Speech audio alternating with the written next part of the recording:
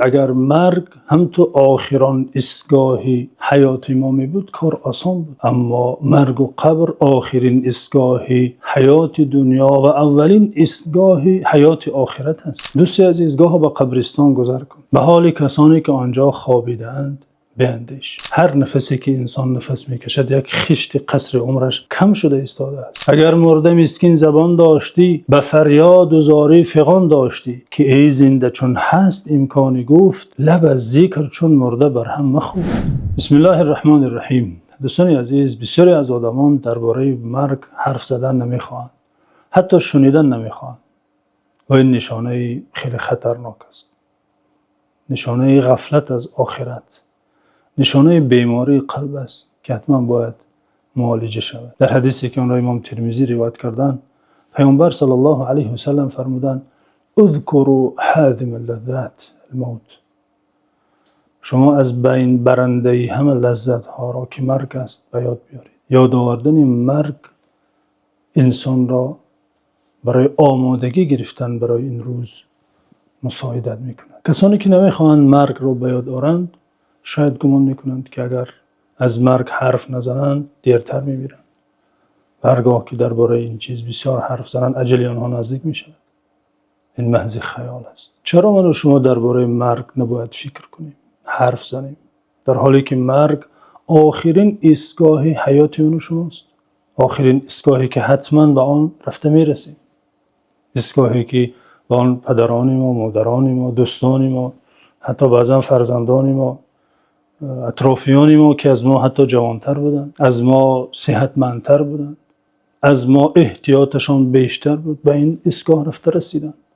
ما نیز روزی به این ایستگاه رفته میرسیم. پس چرا درباره این ایستگاه حتمی حیات خود ناندیشیم؟ دوستان عزیز، اگر مرگ هم تو آخران ایستگاهی حیات ما می بود کار آسان بود، اما مرگ و قبر آخرین ایستگاهی حیات دنیا و اولین ایستگاهی حیات آخرت است.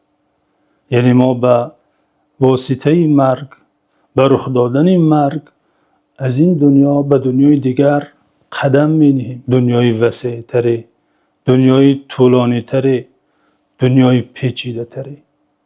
حساب دنیا آسان است، به یک عذرخواهی است، به یک بخشش است، جانت را رها میکن. اما حساب آخرت قانونش دیگر است.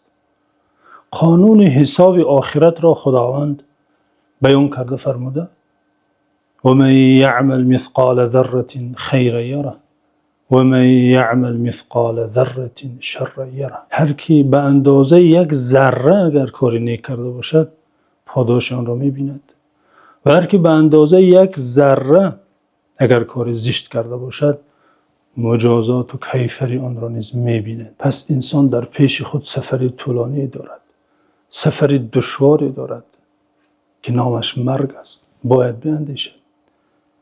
باید بیندیشد که به نزد خالقش چگونه میرسد. هر قدر از یاد مرگ انسان خودش را غافل سازد، هر قدر از موضوع مرگ فرار هم کند، روزی میمیرد. ای دل صدای مرگ تو را هم رسیده نیست، صبح اجل ز مطلع عمرت دمیده نیست. خداوند عزوجل در قرآن عظیم شان فرموده: قل ان الموت الذي تفرون منه فانه ملاقيكم. ای پیامبر ما، به مردم بگو آن مرگی که از آن فرار میکنید فانه ملاقيكم، به شما ملاقات میکند، سراغ شما می آید.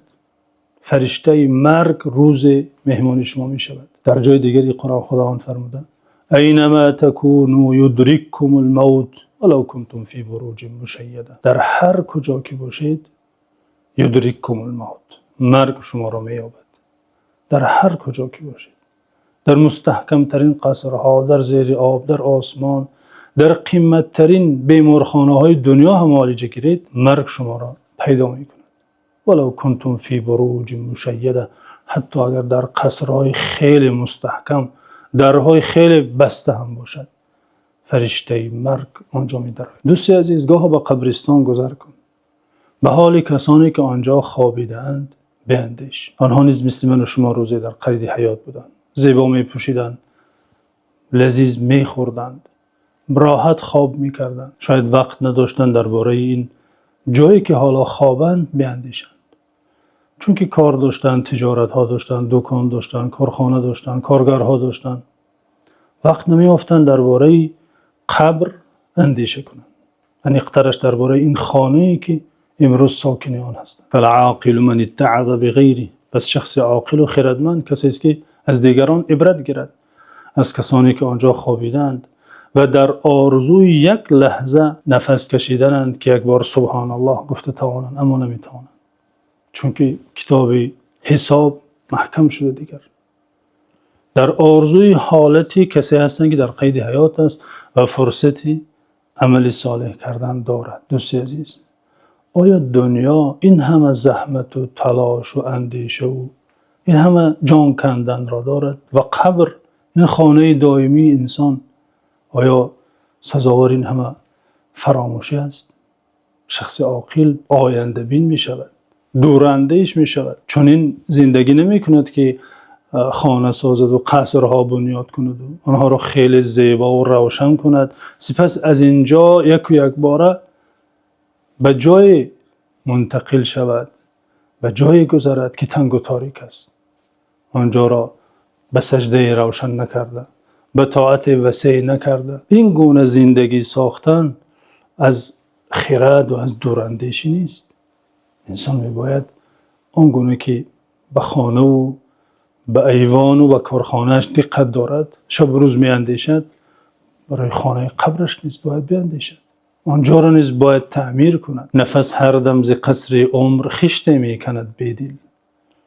هر نفسی که انسان نفس میکشد یک خشت قصر عمرش کم شده ایستاده است. پی تعمیر این ویرانه معمار دیگر باید. گاه گاه درباره خانه قبر نیز، درباره قصر جنت نیز انسان میباید فکر کند. نشود که زن و فرزند و مال و تجارت و دکان انسان کس را از آخرت و از اندیشه کردن درباره مرگ و قبر غافل سازد. چون که آخرت جایی است که خداوند در باره آن در وصف آن گفته یوم یفر المرء من اخیه و امه و ابیه و صاحبته و بنیه لكل امرئ منهم یومئذ شأن یغنیه. آخرت چنان صحنه مدهش است، چنان روز حساب، چنان روزی سخت است که انسان از برادرش، حتی از مادرش، از پدرش، حتی از همسر و فرزندش فرار میکند. میترسد که حقی طلب نکنند، میترسد که حسنات از او نخواهند، در فکر جان خودش است. بنابراین انسان باید توازن را رعایت کند.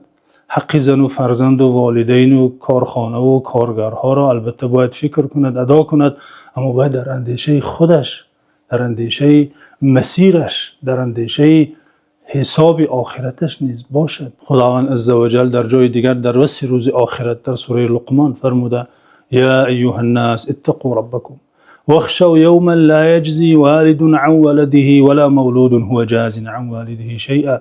ای مردم اتقوا ربکم، از خدا بترسید، تقوای خدا را پیشه کنید. اینچنین از روز بترسید که در آن روز پدر از فرزندش جواب گفته نمیتواند و فرزند از جای پدرش، پدر به فرزندش کاری کرده نمیتواند، نه فرزند به پدرش. هر کس حساب خودش را جواب میگوید. ولا تزر وازرة وزر اخرى. حضرت عمر بن عبدالعزیز این خلیفه بزرگوار کلمه جالبی در باره مرگ دارند. میگوید ما رأیت یقینا اشبه بالشک من یقین الناس بالموت. من هیچ یقینی را که به شک مانند باشد ندیدم مثل یقین داشتن مردم نسبت مرگ. یعنی یقین است که میمیرد، هر کس میداند که میمیرد، اما چنان مناسبت میکند که گویا نمیمیرد، گویا شک داشته باشد. چنان خانه میسازد، چنان کارخانه میسازد، چنان زندگی میکند که گویا نسبت مرگ چنین نگاه دارد که شاید میرد و شاید نمیرد. گفتن من یقینی را ندیدم که در نظر مردم به شک مانند باشد از یقین مردم به مرگ. یقین دارن ولی آمادگی نمیبینن. ز 50 درم پنج اگر کم شود، دلت ریش سرپنجه غم شود. چو 50 سالت برون شد ز دست، غنیمت شمار 5 روزه که هست. اگر مرده مسکین زبان داشتی، به فریاد و زاری فغان داشتی. که ای زنده چون هست امکانی گفت، لب از ذکر چون مرده بر هم مخفت. چو ما را به غفلت بشد روزگار، تو بار دمی چند فرصت شما. در حفظ و امان خداوند باشید.